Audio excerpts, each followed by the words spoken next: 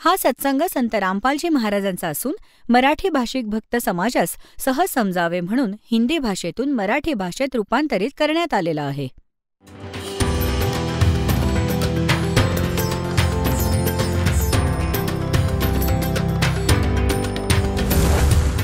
और ज्ञान सब ज्ञान डी कबीर ज्ञान सो ज्ञान और जैसे घोड़ा तोब कायम करता चले मैदान. जगद्गुरु तत्वदर्शी संत रामपालजी महाराजांचे अमृत वचन सर्व पवित्र धर्मांच्या व पवित्र शास्त्रांच्या आधारावर. तर त्यांनी सिंपलसा साधा बिनखर्चाचा धंदा शोधला कापड विणण्याचा. तर त्यांनी कापड विणणं सुरू केलं. कोणीतरी सल्ला दिला की 4 दंडुके काढा आणि तयार झाला कारखाना. तर त्यांनी आपला व्यवसाय सुरू केला आणि कापड विणू लागले म्हणून विणकर म्हणवू लागले. ही जात त्यांची जन्मजात नव्हती. हे जसं ज्यांनी कर्म केलं त्याला तसंच त्या नावाने पुकारू लागले. तर त्यांना विणकर म्हणू लागले. पण भलेही ते मुसलमान बनले असले, नमाजही पडू लागले असले, परंतु भगवान शंकरावरची श्रद्धा त्यांच्या मनातून गेलेली नव्हती. तर मग काय झालं की ही ज्येष्ठ शुद्ध पौर्णमासी जो आज शुभ दिवस आहे, या ज्येष्ठ शुद्ध पौर्णमासीला ब्रह्ममुहूर्तावर म्हणजे सकाळी सकाळी सूर्योदयाआधीचा 1.5 तास त्याला ब्रह्ममुहूर्त म्हणतात. सतलोकातून चालत परमात्मा आले.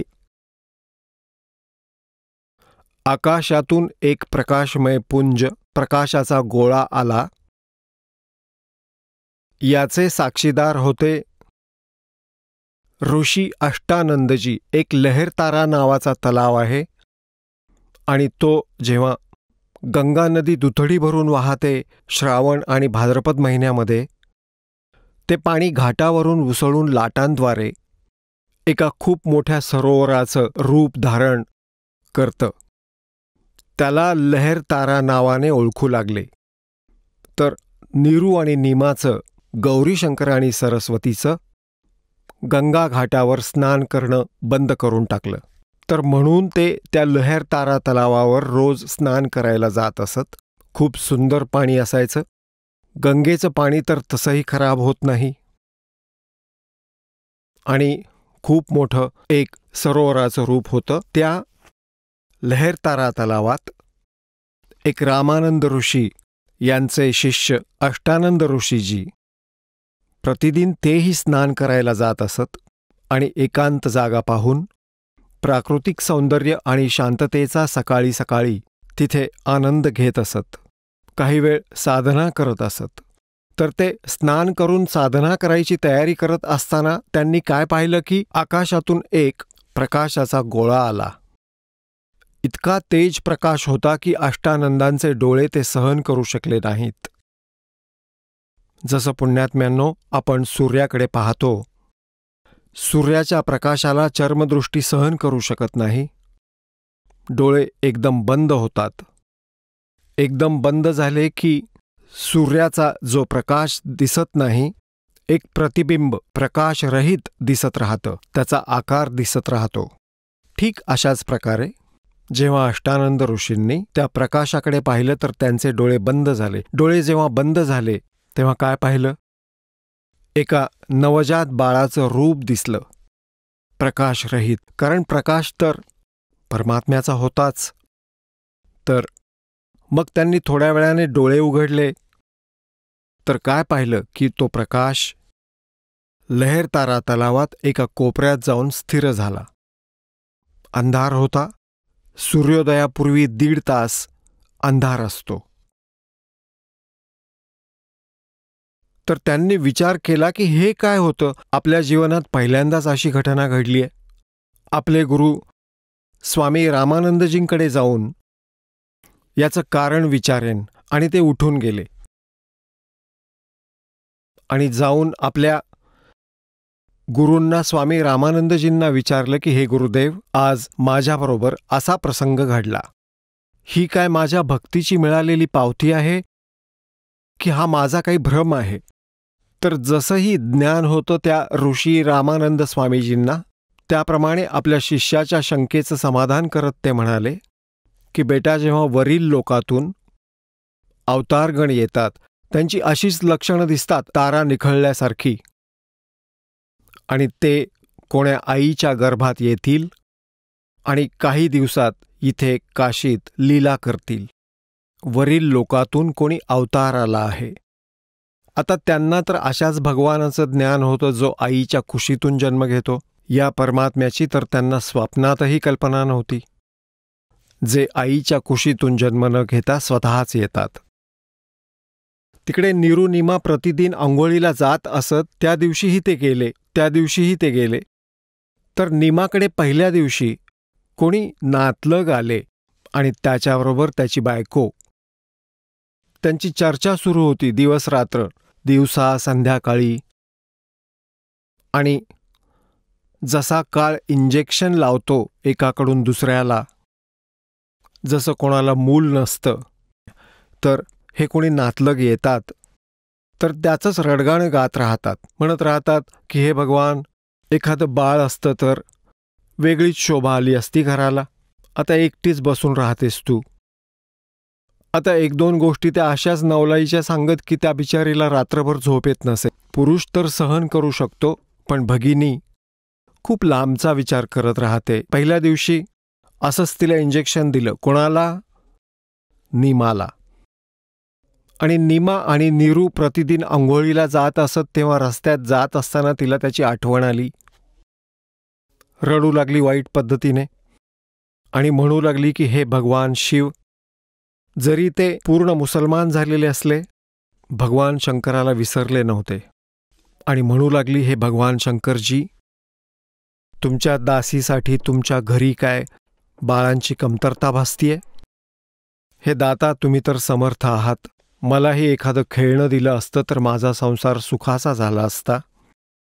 न जाणे लोक तर काय काय गोष्टी बोलतात. आम्हाला म्हातारपणीचा आधार मिळाला असता, असं म्हणून ती खूप वाईट पद्धतीने रडत होती. तिच्या पतीने नीरूने म्हटलं, नीमा, जर आपल्या नशिबात असतं मुलबाळ किंवा संतान तर परमात्म्याने आपल्याला दिलंच असतं. आपल्या नशिबात नाहीये. 60 वर्ष वय झाले. आता जरा धीर धर. पहा, म्हातारपणी तर बोट धरणारा कोणी नाहीच आहे. आणि तू डोळे फोडून घेशील, तुझे डोळे खराब करून घेशील रडून रडून. रडू नकोस, असं तिला समजावत असताना आपल्या लहेरतारा तलावाकडे ते जात होते. लहेरतारा तलावाजवळ पोहोचले. आधी नीमाने स्नान केलं. नीरू बाहेर बसला होता. नीमा स्नान करून बाहेर आली. नीरूने स्नान करण्यासाठी सरोवरात प्रवेश केला. तो स्नान करीत होता मस्तीने. नीमा कपडे बदलून बदललेले कपडे धुण्यासाठी किनाऱ्यावर गेली. पुन्हा एकदा जे बांधून तिने स्नान केलं होतं, तर तिने काय पाहिलं की एका कमळाच्या फुलावर काही वस्तू हलत होती. तिने परत लक्षपूर्वक पाहिलं, कारण की सकाळी उजेड एकदम होत असतो. एकतर अंधार दिसतो किंवा मग एकदम पटकन उजेड व्हायला सुरुवात होते. उजाडायला लागतं सूर्योदय व्हायच्या आधी. तिने लक्ष देऊन पाहिलं की काय वस्तू हलत आहे. आधी तिला वाटलं साप असेल, माझ्या पतीला डसेल. एकदम जवळ उभा होता तो. मग पाहिलं की कोणी मूल आहे, पाय हलवत आहे. आपल्या पतीला म्हणाली की अहो बघा जरा, कमळाच्या फुलावर एक बालक झोपला आहे, तर त्याला उचला नाहीतर ते बुडून जाईल. आता नीरू स्नान करतो आहे. स्नान करता करता म्हणतोय की नीमा, तू तर वेडी झाली आहेस या मुलाच्या ध्यासापायी. आता किती समजावलं तुला, तू अजिबात ऐकत नाहीस. तू वेडी होशील. आता तुला पाण्यात सुद्धा बालकं दिसू लागली. तेव्हा नीमा जोर देऊन म्हणाली, पहा अहो, बघा ना, बघा तुमच्या जवळ तर आहे. तेव्हा त्याने पाहिलं की तिच्या आवाजात काही तळमळ आहे. काही सच्चेपणा जाणवत आहे, तर ज्या बाजूला ती निर्देश करत होती तिकडे त्याने लक्ष देऊन पाहिलं तर खरोखरच एक बालक आहे. ना इकडे पाहिलं ना तिकडे पाहिलं, एकदम बाळाला उचलून, त्या कमळाच्या फुलासहित उचलून त्याला आपल्या पत्नीच्या हातात दिलं. आता नीमा बाळाला घेऊन बाहेर उभी राहिली. नीरू स्नान करू लागला. तोपर्यंत नीमाला त्या परमात्म्याच्या सानिध्याने जे सुख मिळालं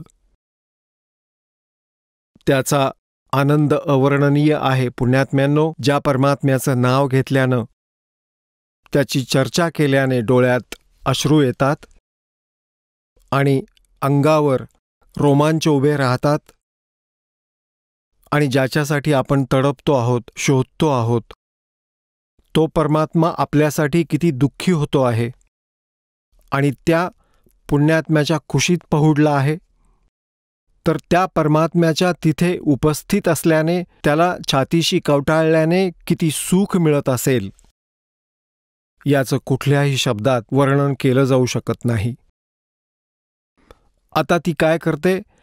आभार मानते आपल्या भगवान शिवजींचे की हे परमात्मा, आज मनापासून तुझी आठवण काढली होती आणि हे शंकरा, आज तू माझी कूस उजवलीस, आज माझ्या उजाड घरात बहार आणलीस. आता पुण्यात्म्यांनो, परमात्मा म्हणतात की, जसं आदरणीय गरीबदास साहेबजींनी लिहिलंय की, जगत का पेखणा पेख्या, हर धनी का नाम ना लेखा. ह्या शंकर भगवानांचं तर उगाचच नाव होतंय, बिनमतलबाचं. आता खेळ तर भगवंताने सारा केलाय. आपल्या प्रिय आत्म्यांना शरणमध्ये घेण्यासाठी, पार करण्यासाठी जंगलात येऊन झोपले, कमळाच्या फुलावर पाण्यात, आणि ती आभार मानतीये शंकर भगवानांचे. तर हे आजपर्यंत आपण असेच भ्रमात राहिलो. परमात्म्याने येऊन आम्हाला हे ज्ञान दिलं. आदरणीय गरीबदास साहेबजींनी यावेळची एक कशी प्यारी वाणी म्हटली आहे ती आपल्याला ऐकवतो. कारण की परमात्म्याने आदरणीय गरीबदास साहेबजींना दिव्यदृष्टी दिली होती आणि सतलोक सचखंड दाखवून आदरणीय नानक साहेबजींसारखं वरती घेऊन गेले होते आणि 8-10 तासांनंतर गरीबदास साहेबजींच्या आत्म्याला परत पाठवलं होतं आणि त्यांना चितेवर ठेवलं होतं, मृत समजून. गरीबदासजी बालक होते 10 वर्षांचे आणि चितेच्या वरतीच ते जिवंत झाले होते. आपली आपणच बंधनं तोडून ते चालू लागले होते. तेव्हापासून ते हे वाणी बोलू लागले परमात्म्याची, ज्याचे ते साक्षीदार होते. आणि मग परमात्म्याने त्यांची दिव्य दृष्टी उघडली होती. तर काय सांगितलं? 84 बंधन कटे किन्नी कल्प कबीर, भवन चतुर्दश लोक सब टूटे जम जंजीर, अंत कोट ब्रह्मांड में बंदी छोड़ कहाए, सो तो एक कबीर है जननी जने नवाए. शब्द स्वरूप साहेब धनी, शब्द से अंध सब माही, बाहर भीतर रम रहा जहाँ तहाँ सब ठाई. जल थल पृथ्वी गगन में बाहर भीतर एक, पूर्ण ब्रह्म कबीर हैं अवगत पुरुष अलेख. सेवक हो के उतरे इस पृथ्वी के माही, जीव उदाहरण जगत गुरु बार बार बल जाई.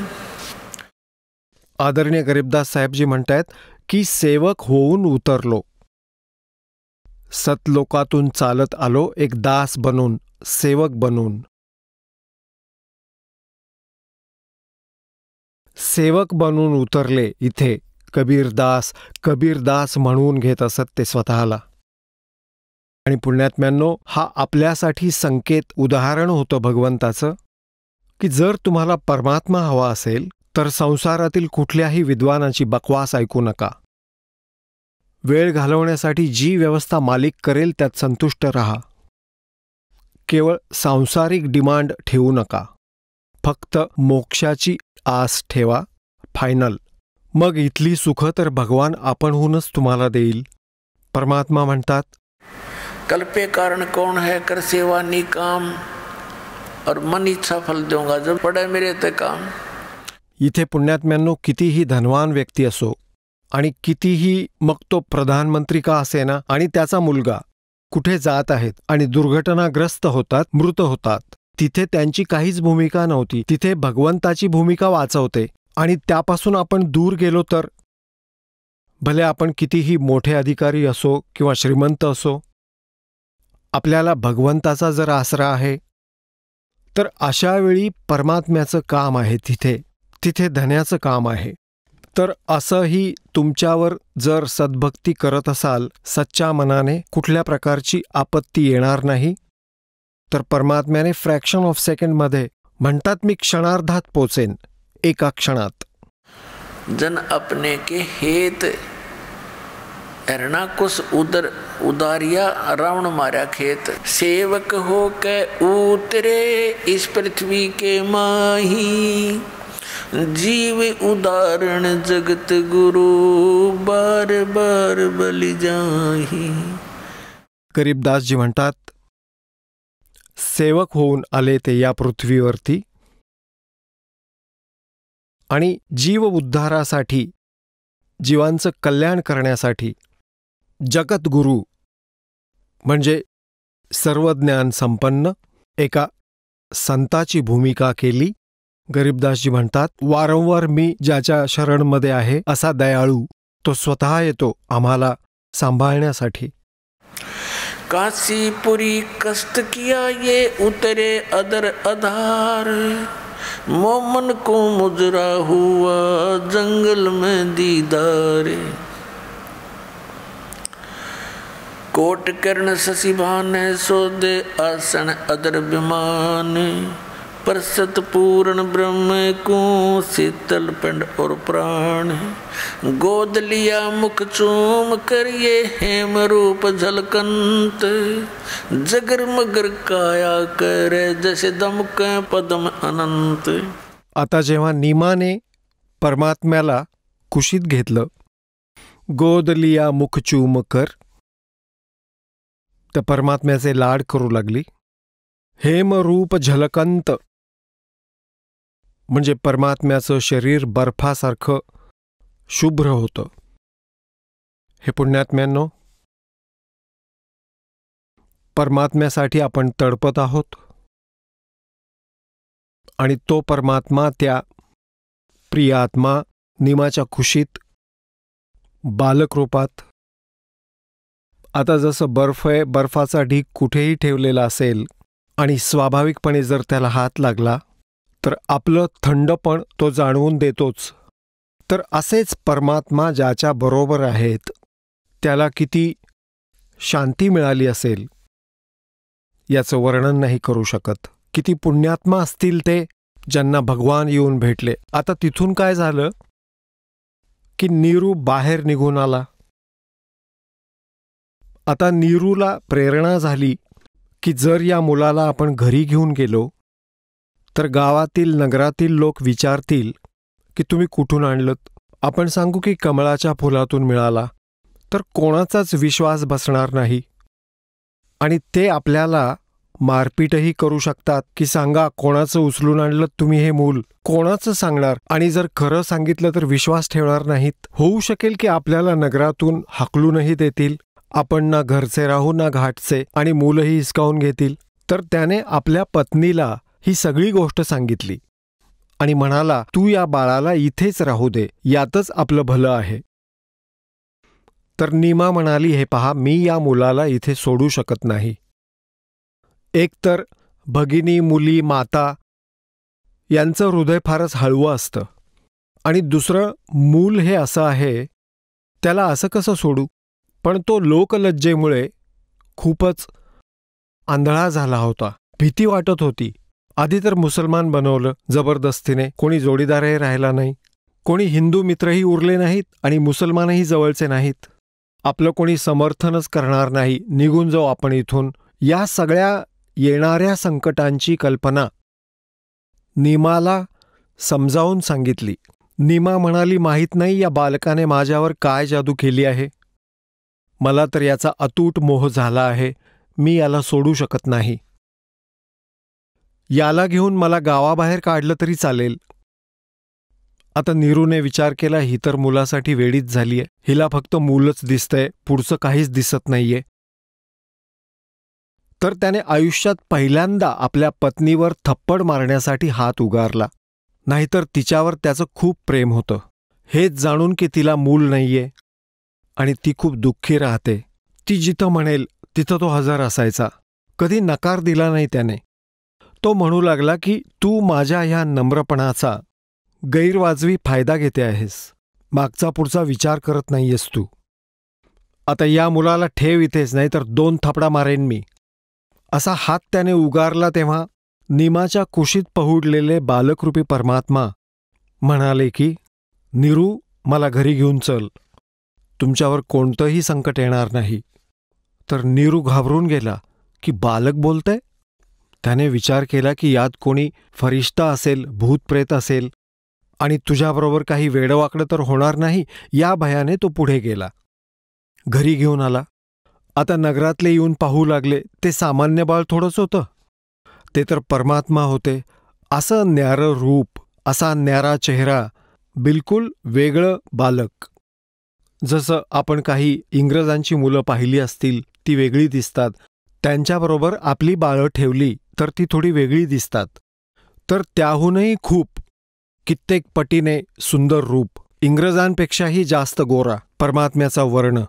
आणि ते तर परमात्म्याचं एक आश्चर्यजनक रूप होतं, शरीर होतं दात्याचं, खूप सुंदर. तर ते पाहून सगळे हैराण झाले. पूर्ण गावात पसरली ही बातमी. बायका गाणी म्हणत येऊ लागल्या जमाव करून. कोणी म्हणे हे तर भगवान उतरले आहेत, कोणी म्हणे इंद्र आहे, कोणी म्हणे कुबेर, कोणी म्हणे ब्रह्मा विष्णू महेश यांच्यापैकी एक दिसतोय. अशा प्रकारचे अंदाज बांधू लागले. म्हणतात की दिल्लीचा राजासुद्धा ह्या बालकाला पाहण्यासाठी आला. आता पुण्यात्म्यांनो, पुढे काय झालं? 25 दिवसांचे झाले परमात्मा. शिशुरूपात लीला करणारे, काही खातपीत नव्हते आणि शरीर असं फळत फुलत होतं जसं किलोभर दूध रोज पितायत. इकडे नीमा आणि नीरू दोघेही चिंतेत.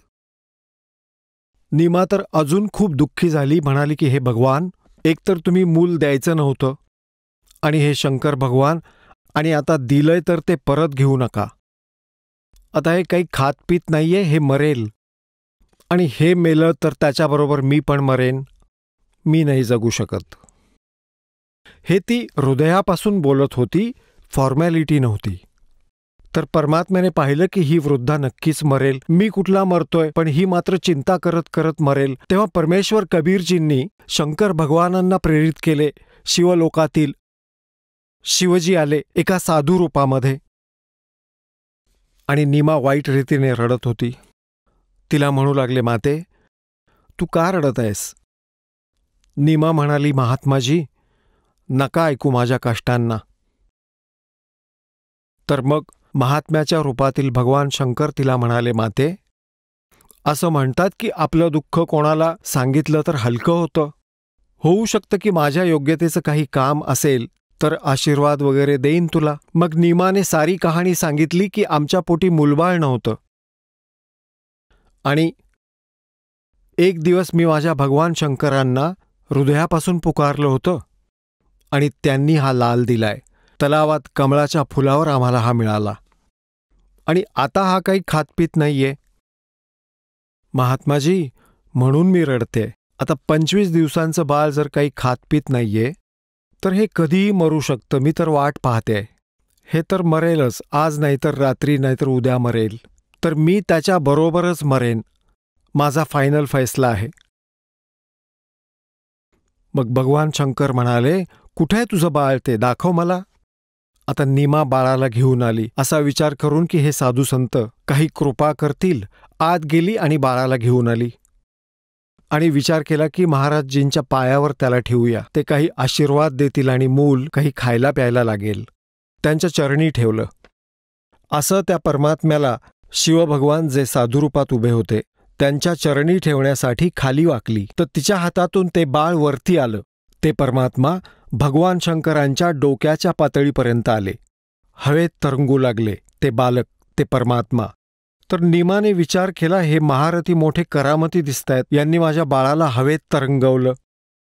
ती हा चमत्कार या बाबाजींचा आहे असं मानत होती.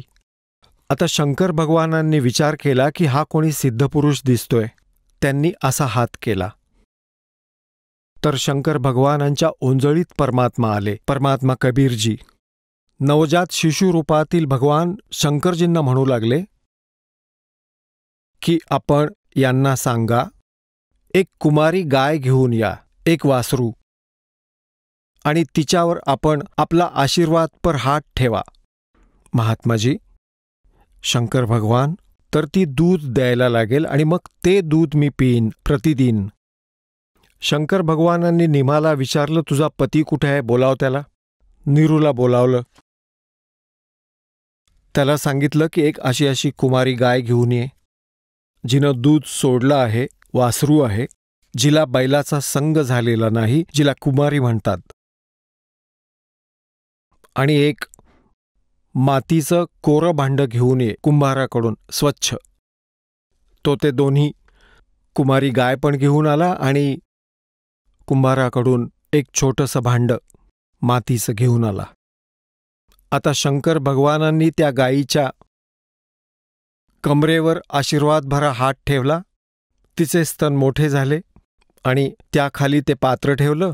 दुधाच्या धारा वाहू लागल्या. पात्र भरताच दूध बंद झालं. बोला सद्गुरुदेव की.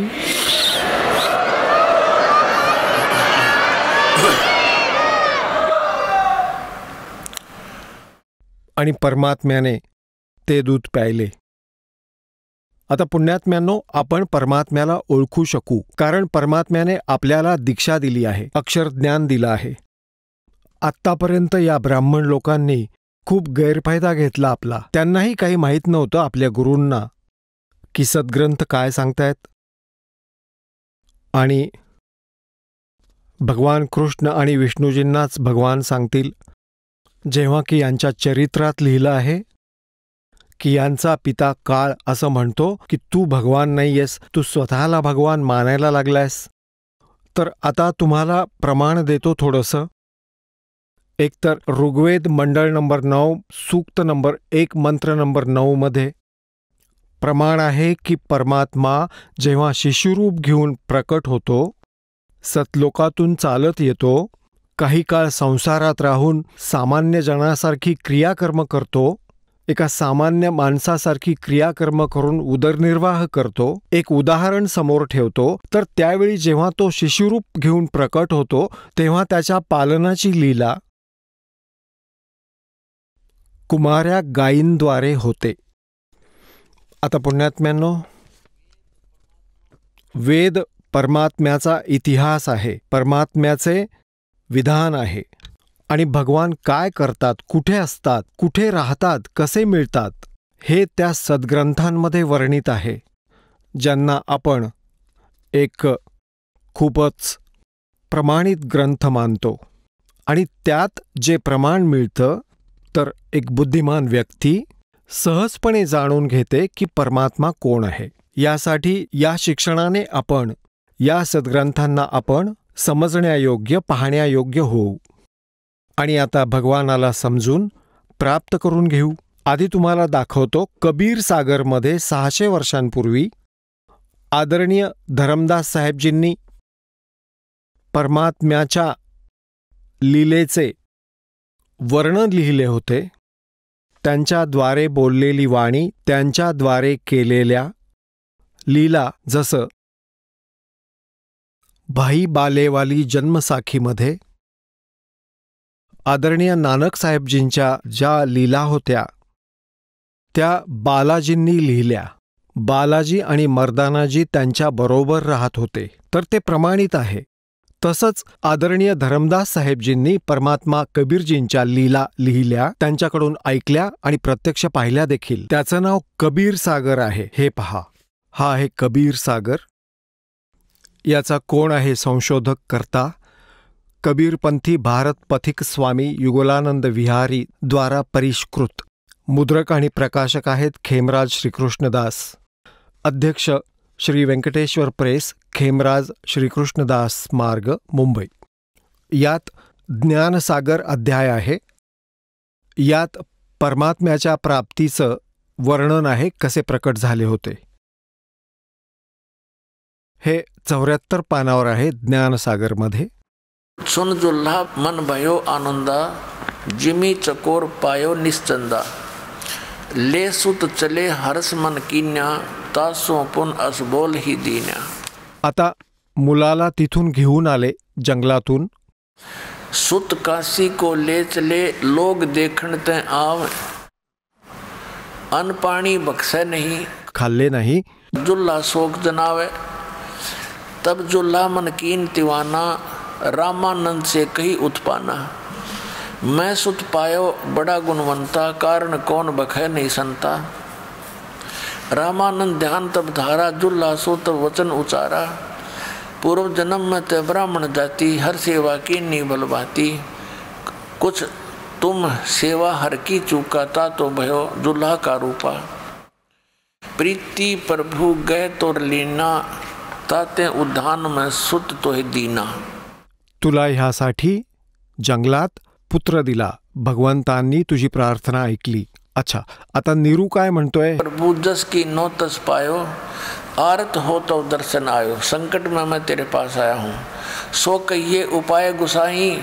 बालक अक्षुदावंत कुछ खाई. माझं बालक उपाशी आहे, ते खाईल असा उपाय सांगा. रामानंदजींना म्हणाला नीरू. रामानंद अस युक्ति विचारा, तुम सुत कोई ज्ञानी अवतारा. बचिया जाही बैल नहीं लागा, सोले ठाड करते ही आगा. एक वासरू आण, जिला कधी बैलाचा स्पर्शही झाला नाहीये, जिला कधी बैलाचा संग झाला नाहीये. सगळं स्पष्ट आहे हे. म्हणजे कुमारी गाय. दूध चले ते थनते, दूध ही दरो छिपाई. अक्षुदावंत जब होवे, ताके देव खवाई. अब जुल्हा एक बछिया ले आया, चलो दूत कोई मर्म न पावा. चलो दूत जुल्हा हरसाना, राख छिपाई का हो नहीं जाना. आता पुण्यात्म्यांनो, हा जो कबीर सागर आहे त्यामध्ये यांनी काही थोडी गडबड करून ठेवली आहे.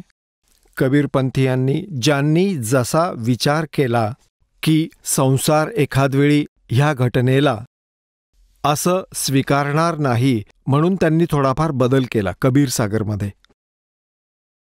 रामानंदजींना विचारलं की हे असं कसं झालं. आदरणीय गरीबदास साहेबजींना परमात्मा भेटले, सतलोकी घेऊन गेले, त्यांची दिव्यदृष्टी जागृत केली, त्यांच्याकडून त्यांच्या महिम्याची यथार्थवाणी पुन्हा प्रकट करून घेतली. आणि हे कबीर सागरमध्ये प्रमाण आहे की 12व्या पंथाचे जे प्रवर्तक होतील गरीबदास साहेबजी, त्यांच्याद्वारे माझ्या महिम्याची वाणी परत प्रकट होईल असं सांगितलं होतं. आता गरीबदास साहेबजींनी काय लिहिलं आहे ते दाखवतो. शिव उतरे शिवपुरी से, अवगत बदन बिनोदे. दूध न पीवे न अनभक, नहीं पलने झूलंत. अदर अमान ध्यान में वो कमल कला फूलंत. शिव उतरे शिवपुरी से, अवगत बदन विनोद. मैं के कमल खुशी बहे, लिया ईश को गोदे. म्हणतायत गरीबदास साहेबजी म्हणतायत शिव उतरे शिवपुरी से, की भगवान शंकर शिवपुरीतून उतरून खाली आले आणि तिथं प्रकट झाले साधू रूपात. अवगत बदन विनोद और महके कमल खुशी बहे, जब लिया ईश को गोद. छोट्या बालकरूपी परमात्म्याला त्यांनी मांडीवर घेतलं. नजर नजर से मिल गई, किया ईश परिणामे. जन्मो मन धन पूर्णा, धन का सीनी काम. 7 बार चर्चा करी, वो बोले बालक बहन. शिव को कर मस्तक रख्या, ल्या मोमन एक दैन. म्हणतात की 25 दिवसांच्या त्या बालकरूपी परमात्म्याने साधू रूपात उभ्या असलेल्या भगवान शंकरांसोबत म्हणतात 7 वेळा चर्चा केली नीरू निमांच्या समोर. तर नीरू आणि निमा हा विचार करत होते की हा मुलगा जो बोलत आहे आपला, तीही या साधूचीच कृपा आहे, एवढा करामतवाला आहे. आणि म्हणतात की समर्थांना आपल्या महिम्याची भूक नसते. तो तर समर्थ आहे, त्याला गरजच नाही आपला महिमा सांगण्याची किंवा ऐकण्याची. आणि हा महिमा पण त्यांनी भगवान शंकरालाच दिला की तुम्ही त्या वासरावर हात ठेवताच ते दूध देईल. एकतर परमात्म्याचा उद्देश होता की आस्था राहू द्यावी भगवानाची माझ्या मुलांवर, आणि याच कारणामुळे परमात्मा ही लीला करत होते. अनब्यावर को दूहत है दूध दिया तत्काले. अनब्यावर कंवारी, अनब्यावर को दूहत है दूध दिया तत्काले. पीवे बालक ब्रह्म गती ता शिव भय दयाल. आता यातून आपल्याला एवढंच घ्यायचं होतं. आता पुढचा तुम्हाला तोंडी ऐकवतो. परमात्म्याची लीला. आता काय झालं, जेव्हा हा परमात्मा थोडा मोठा झाला, त्यांचं नामकरण करायची वेळ आली परमात्म्याची. जसं काझी आले, मुल्ला आले, आधी तर ब्राह्मण आले, कारण हे नुकतेच मुसलमान झाले होते. पंडितजी आले, म्हणाले आम्ही नाव ठेवतो. पैशाची लालच होती. मग मुल्ला काझी आले. मुल्ला काझी आल्यावर ब्राह्मण एका कोपऱ्यात बसले, कारण मुसलमानांचा दबदबा खूप होता. तर काझी मुल्ला म्हणू लागले की आम्हीच नाव ठेवणार याचं, हे मुसलमान आहेत, आता हिंदू नाही राहिले. तर ते तिथेच बसून राहिले. ब्राह्मणांना वाटलं आपल्यालाही 2 रुपये मिळतील, यांना तर मिळतीलच. काझीने काय केलं, ते काय करतात, कुराण शरीफला उघडतात हे असं, आणि जेही प्रथम अक्षर निघतं पहिल्या ओळीमध्ये, त्या अक्षरावरून त्या मुलाचं नाव ठेवतात. तर त्या ओळीमध्ये पहिला मंत्र कबीर आला, कबीर, आणि कबीराचा अर्थ करतात हा मोठा. आणि कबीर जो खरा कबीर होता विणकराच्या घरात, तर त्यांनी आपापसात कुजबूज केली की ह्या विणकराच्या मुलाचं नाव इतकं छान कसं लिहायचं, कबीर लिहायचं. तर त्यांच्या मनात शंका आली आणि त्यांनी परत कुराण शरीफ उघडलं. त्या दोन्ही पानांवर कबीर कबीर कबीर कबीरन कबीरन कबीरन असं सारं लिहिलेलं दिसलं. त्यांनी परत पानं उलटपुलट केली, दुसऱ्या ठिकाणी उघडलं, त्यावरही कबीर कबीर. म्हणजे पूर्ण कुराण शरीफमध्ये सगळीकडे फक्त कबीर कबीर असं लिहिलेलं होतं.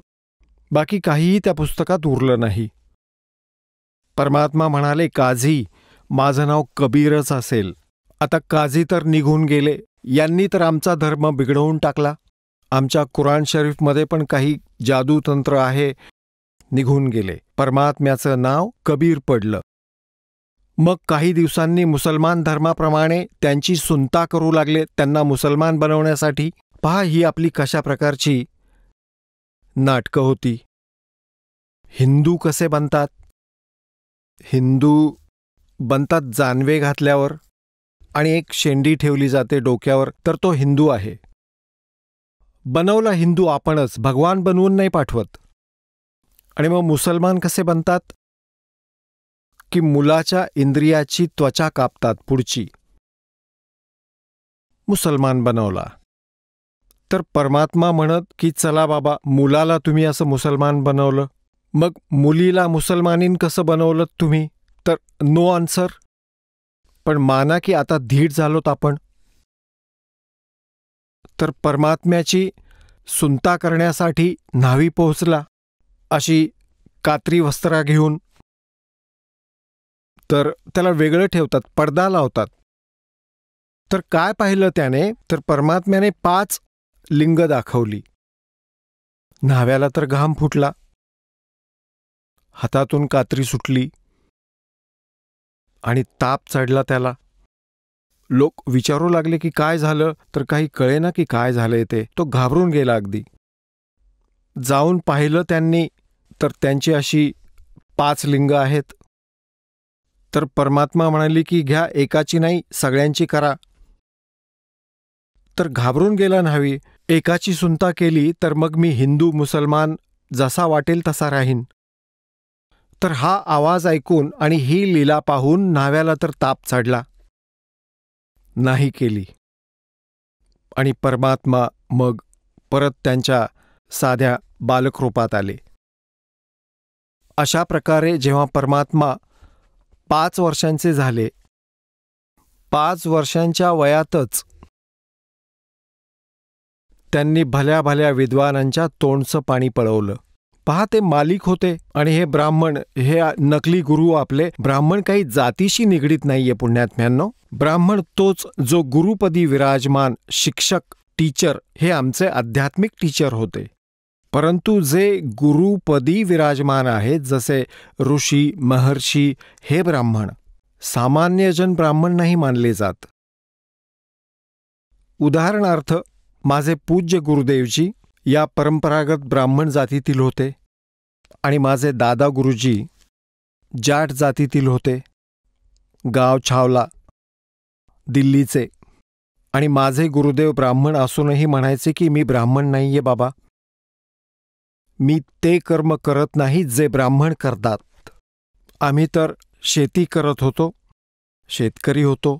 ब्राह्मण वर्णात जन्म जरूर झाला माझा, आम्ही तर संत आहोत. आणि माझे दादा गुरुजी जे जाट जातीमध्ये होते आणि मग काशी विद्यापीठात शिकून 4 विषयांचे आचार्य बनले होते, तर ते त्यांना पंडित चिदानंदजी असं म्हणत असत. तालुका खुरकुदा, जिल्हा सोनीपतमध्ये एक छोटंसं गाव गोपाळपूर आहे. तिथं आमच्या दादा गुरुजींचा आश्रम बांधलेला आहे. त्यावर लिहिलं आहे पंडित चिदानंद आश्रम. आता जाट असूनही ते पंडित म्हणावले आणि पंडित असूनही आमचे गुरुदेव ते एक संत म्हणावले. तर अशा प्रकारे जे महापुरुष असतात ते त्याच लक्षणांना ग्रहण करतात जी आपली असतात. तर ते ब्राह्मण असूनही स्वतःला ब्राह्मण नाही तर संत म्हणवून घेत आणि एक जाट असूनही पंडित म्हणवले गेले.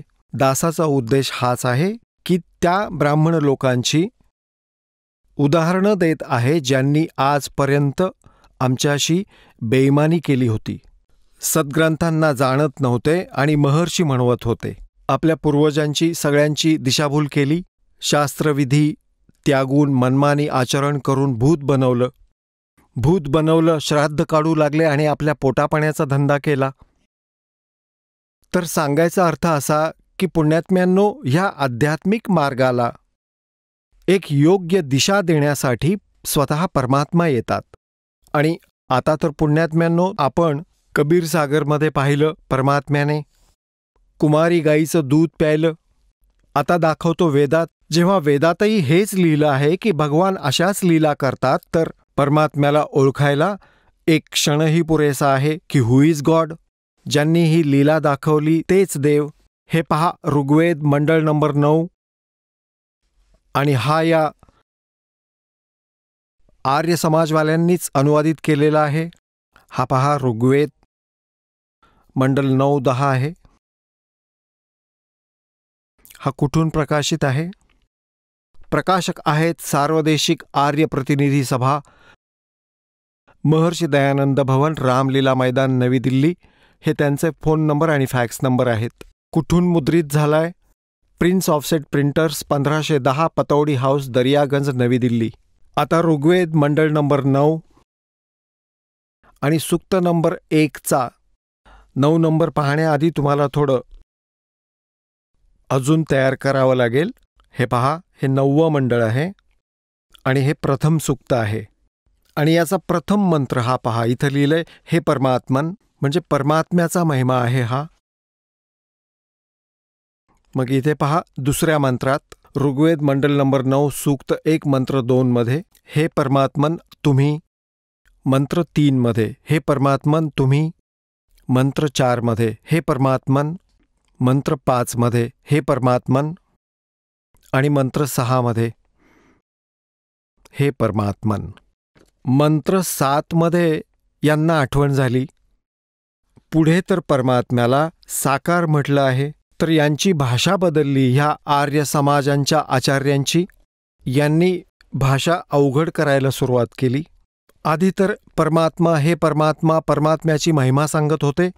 आणि मग लिहायला सुरुवात केली ह्या पुरुषाला. आता कोणी हाच विचार करेल की हे कोण्या व्यक्तीबद्दल बोलत आहे, भगवंताबद्दल नाही. जेव्हा आता मी तुम्हाला दाखवतो दयानंदजींद्वारे अनुवादित यजुर्वेदामध्ये पुरुष म्हणजे पूर्ण परमात्मा. हा पहा, यजुर्वेद हा महर्षी दयानंदजींद्वारा अनुवादित आहे. हे पहा, प्रकाशक आहेत सार्वदेशिक आर्य प्रतिनिधी सभा, महर्षी दयानंद भवन, रामलीला मैदान, नवी दिल्ली. महर्षी दयानंद सरस्वती कृत. कुठून मुद्रित झालाय? Prince offset printers, 1510 Pataudi house, Daryaganj, नवी दिल्ली. आता पहा, यजुर्वेदाचा हा शेवटचा अध्याय, चत्वारिशोध्याय. यजुर्वेद चत्वारिशोध्याय आणि मंत्र 17 यात पुरुष शब्द आहे. पुरुष मूळ पाठामध्ये पुरुष. याचा अनुवाद काय केलाय पहा महर्षी दयानंदजींनी. हे मनुष्या, जो ज्योतस्वरूपी रक्षक, माझ्याहून अविनाशी यथार्थ कारणाने आच्छादित मुखासमान उत्तम अंगाचा प्रकाश केला जातो, जो तो प्राण आणि सूर्यमंडळामध्ये पुरुष म्हणजे पूर्ण परमात्मा आहे. म्हणजे पुरुष म्हणजे पूर्ण परमात्मा. ठीक आहे, आता आपण परत येऊया त्याच ऋग्वेदाकडे. आता हा पुन्हा ऋग्वेद उचललाय दासाने, तुमच्या समक्ष आहे. आता आपण इथपर्यंत वाचत आलो होतो. ऋग्वेद मंडळ नंबर 9 आणि सूक्त नंबर 1 ते 6 यांनी परमात्मा परमात्मा असं लिहिलं होतं. आणि 7व्या मंत्रात यांनी लिहायला सुरुवात केली त्या पुरुषाला. पहा, इथे लिहायचं होतं त्या पूर्ण परमात्म्याला. मग 8व्यातही यांनी त्या पुरुषाला असं लिहायला सुरुवात केली. आपण याला समजूया की त्या परमात्म्याला, त्या पुरुषाला उग्रगती प्रेरणा करतात. म्हणजे अशी स्थिती येते की जेव्हा सगळीकडे हाहाकार माजला जातो, लोक वाईट मार्गाला लागतात, कोणीही जो आहे प्रामाणिक राहत नाही, हाहाकार माजतो, प्रत्येकाच्या आत एक माया जोडण्यासाठी धावपळ सुरू होते आणि धर्मावरून लोकांची आस्था उठणारच असते. अशा उग्रगती, अशा उग्र स्थिती जेव्हा निर्माण होतात संसारामध्ये, तेव्हा परमात्मा येतात असा याचा अर्थ आहे. पहा, त्या पुरुषाला, त्या परमात्म्याला उग्रगती प्रेरणा करतात आणि भासमान शरीराला म्हणजे तेजोमान शरीराला, सुंदर शरीराला तो पुरुष, तो परमात्मा प्राप्त होतो. पुरुष, पुरुष म्हणजे परमात्मा. ठीक आहे, पुढे पहा. याचा उरलेला अनुवाद इथे आहे. आणि ज्यात 3 प्रकारचं दुसऱ्यांचं वारण करणारं मधुमय शरीर मिळतं, म्हणजे तो परमात्मा आपल्या 3 प्रकारच्या या शरीराला स्थिती बनवून आपल्याला सांभाळतो, आपलं धारणपोषण करतो, आपली परवरिश करतो, सांभाळतो. एका रूपात तर परमात्मा सतलोकात राहतात, ज्यात करोडो सूर्य, करोडो चंद्र यांच्यासारखा प्रकाशमान तो आहे, याहूनही जास्त.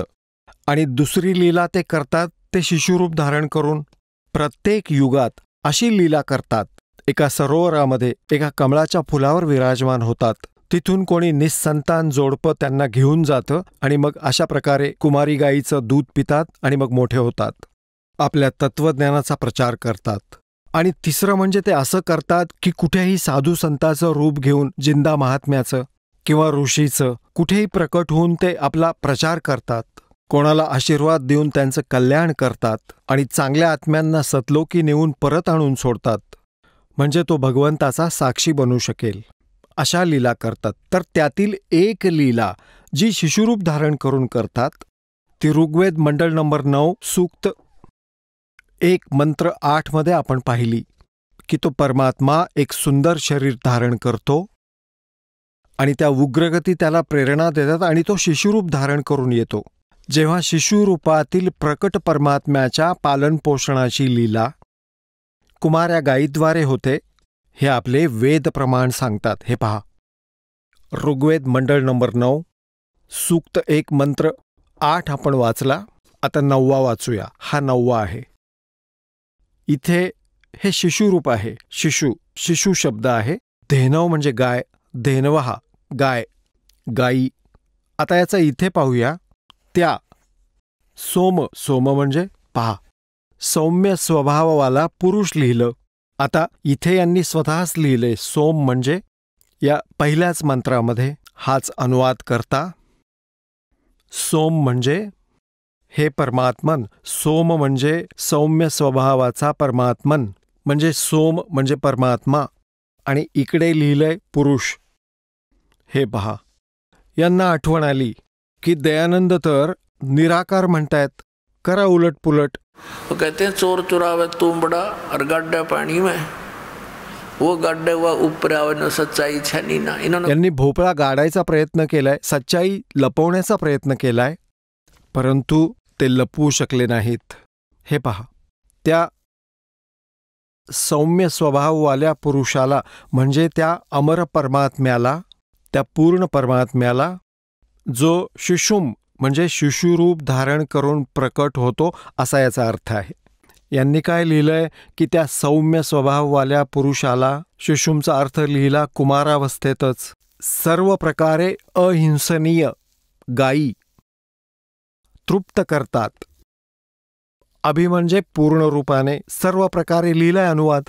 अधन्याचा अर्थ होतो आपल्या देशी भाषेत, लोकल लँग्वेजमध्ये, अधन्या म्हणजे न व्यायलेली, बिनाधनाई, जिला बैलाने स्पर्शही केलेला नाही. अभि अधन्या म्हणजे पूर्ण कुमारी. अधन्या तर आहे न व्यायलेली, ती एक दोन वेळा न फिरलेली गाय, दूध न देणारी, तर तिला न व्यायलेली गाय असं म्हणतात. आणि अभिअधन्याचा अर्थ आहे जी पूर्ण रूपाने कुमारी. अभिअधन्या म्हणजे पूर्णपणे कुमारी गाय. आता पहा, त्या सौम्य म्हणजे त्या अमर परमात्म्याला जो शिशुरूप धारण करून प्रकट होतो. अभि म्हणजे पूर्ण प्रकारे, अधन्या म्हणजे अहिंसनीय नाही, बिनाधनाई म्हणजे न व्यायलेली, आणि धेनव म्हणजे गायी, धेनवहा म्हणजे गायी तृप्त करतात.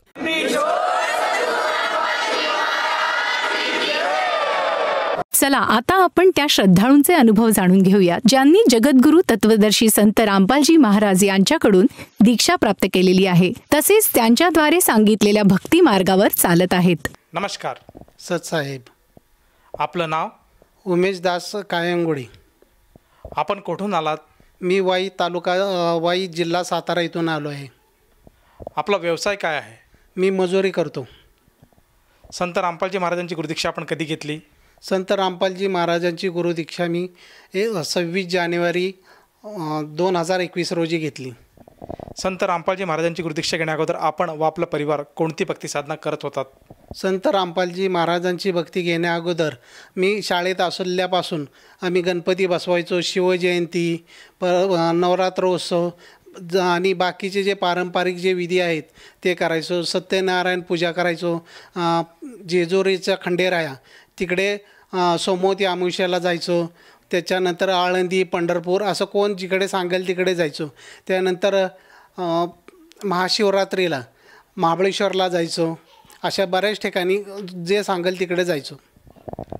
संत रामपालजी महाराजांचा मार्ग आपल्याला कसा कळाला आणि त्यांच्याबद्दल माहिती आपल्याला कोणी दिली, त्याचप्रमाणे आपण त्यांच्या संपर्कात कसे आलात? त्याचं झालं असं, माझा भाऊ पुण्याला होता, तर पुण्यामध्ये पिंपरीला असताना त्यानं तिथे एक स्टॉल लागलं होतं, तिथून पुस्तक आणलं होतं आणि पुस्तक ते घरी ठेवलं होतं. ते पुस्तक मी वाचल्यानंतर माझं असं लक्षात आलं की हे वेगळंच ज्ञान आहे काहीतरी. आत्तापर्यंत मी जे ज्ञान ग्रहण केलं त्यात आणि यात बराचसा फरक आहे आणि हे शास्त्रानुसार आहे. त्यामुळं मी हे पुस्तक वाचलं. त्यानंतर मी नामदीक्षेसाठी नंबर मिळवले आणि नामदीक्षा 26 जानेवारी 2021 रोजी घेतली. जेव्हापासून आपण संत रामपालजी महाराजांचा मार्ग स्वीकारला तेव्हापासून आजपर्यंत आपल्याला आपल्या जीवनामध्ये त्याचप्रमाणे आपल्या कुटुंबामध्ये काय काय अनुभव आलेत? ज्या वेळेपासून मी नामदीक्षा घेतली त्यावेळेपासून तर मला भरपूर लाभ झाले. त्यातले मी काही मोजकेच लाभ सांगतो. एक तर माझी मुलगी मुंबई पोलीसची भरती दिली होती. मी गुरुजींना बोललो, गुरुजी असे मेरे बेटे ने मुंबई पुलिस की भर्ती परीक्षा दी है. तो गुरुजी बोले बेटा हो जाएगा. त्यानंतर 5व्या दिवशी रिझल्ट आला आणि त्यात ते पास झाली. त्याच्यानंतर आत्ता जानेवारीमध्ये मेडिकल झालं, आता ट्रेनिंगला जाईल ते. त्यानंतर दुसरा लाभ असा झाला की मी फायनान्स कर्ज काढलं होतं. ते कर्ज काढल्यामुळं मला मुलाला एज्युकेशन लोन मिळत नव्हतं. मग ते पण गुरुजींना मी बोललो होतो. गुरुजी बोलले बेटा हो जाएगा. आणि झालं त्याचं असं की माझा तर पूर्णच मार्ग बंद झाला होता, कारण माझ्याजवळ काही नव्हतं. मुलाला तर शिक्षणाची फार गरज होती. तो कॉम्प्युटर इंजिनियर करायचंच म्हणला, हेच करायचं आणि करणार तर पुण्यातच करणार. त्याची तिकडं निवड पण झाली होती, पण माझ्याजवळ पैसा नव्हता. पण काय करणार, मग त्यानं आम्ही थोडेसे पैसे भरले. त्यानंतर त्याचे एक शिक्षक आहेत, त्या शिक्षकांनी बघितलं की मुलगा अभ्यास करतो आहे, हुशार आहे, पण ह्यांची परिस्थिती घरची तशी नाही. मग त्या शिक्षकांनी त्यांचे 2 विद्यार्थी त्यांना सांगितलं की असा असा मुलगा आहे, कर्तृत्ववान आहे, अभ्यास करतो, हुशार आहे, पण परिस्थिती बरोबर नाही. तर ते म्हणले ठीक आहे, आमच्या कंपनीत त्याला शनिवार रविवार काम देऊ. आणि दुसरी गोष्ट, 3 वर्षाची जी काय त्याची फी आहे, ती 3 वर्षाची फी आम्ही स्वतः भरू. ते झालं. त्याच्यानंतर आमच्या इकडं नवीन रस्ता केला होता. नवीन रस्ता केल्यानंतर तिथं थोडी अशी खडी पडली होती बारीकशी. त्याच्यावरनं माझी बाईक घसरली आणि दुसऱ्या स्कूटीला लागली. म्हणजे चुकी तर नव्हती, पण घसरल्यामुळं पडली. तर ती लेडीज म्हणले मी पोलीस केस करणार, अमकं करणार, तमकं करणार. चुकी नसताना मी त्यांना म्हणलं तुमचं काय जे असेल, गाडीची भरपाई असेल, काय लागलं असेल, मी रितसर करतो. ते म्हणले नाही मी पोलीस केस करणार आणि आम्हाला एवढे भरपाई पाहिजे. मी गुरुजींना अर्धाच लावले. गुरुजींना म्हणलं असं असं. तर गुरुजी म्हणले बेटा कोई बात नाही, ठीक हो जाएगा. मग त्याच्यानंतर पोलीस केस पण झाली नाही, काय पण झाली नाही. असे बारीक मोठे बरेचसे अनुभव क्षणाला येत असतात. आपण ह्या आपल्या अनुभवातून जे संत रामपालजी महाराजांच्या सद्भक्तीमुळे आपल्याला आलेले आहेत, या आपल्या अनुभवातून भक्त समुदायाला काय संदेश द्याल? मला जे अनुभव आलेत त्या अनुभवातून मी भक्त समाजाला एवढं सांगेन की हा मनुष्य जन्म परत नाही. एकदा झाडाचे पान तुटून पडलेले परत जोडले जात नाही. मनुष्य जन्म हा भक्तीसाठी आहे आणि मोक्ष मिळवण्यासाठी. त्यासाठी प्रत्येकानं हा मार्ग समजून घ्यावा आणि भक्ती करून आपल्या जीवनाचं कल्याण करावं. जसं तुम्ही सांगत आहात की मनुष्य जीवन हा वारंवार मिळत नाही आणि खऱ्या अर्थाने मोक्षासाठी आज परमेश्वराने आपल्याला मानव देह दिला आहे. तर ह्या देहाचं जर सार्थक करायचं असेल तर त्यांनी संत रामपालजी महाराजांकडनं गुरुदीक्षा घ्यायला हवी आणि त्यांच्याकडनं गुरुमंत्र घेऊन आपल्या जीवनाचं कल्याण करावं. तर आपल्या ह्या जर हाकेला कुणी एक साथ घालत असेल आणि त्याला वाटत असेल की आपणसुद्धा संत रामपालजी महाराजांची गुरुदीक्षा घ्यायला काही एक हरकत नाही, तर ती व्यक्ती संत रामपालजी महाराजांची गुरुदीक्षा कशी घेऊ शकेल? संत रामपालजी महाराजांचे विविध चॅनलवर सत्संग चालतात. त्या सत्संगमध्ये एक पट्टी येते, त्या पट्टीवर नंबर असतात. त्या नंबरवर तुम्ही कॉल केल्यानंतर तुमच्या जिल्ह्याचे नामदार सेंटर तुम्हाला मिळू शकते आणि तिथून तुम्ही नामदीक्षा घेऊ शकता. या नामदीक्षेसाठी कुठलेही शुल्क घेतले जात नाही. नामदीक्षा निःशुल्क असते. नामदीक्षा दिल्यानंतर त्यावेळेला तुम्हाला पुस्तक आणि पूजेचे साहित्यसुद्धा निःशुल्क मिळते. धन्यवाद सत साहेब.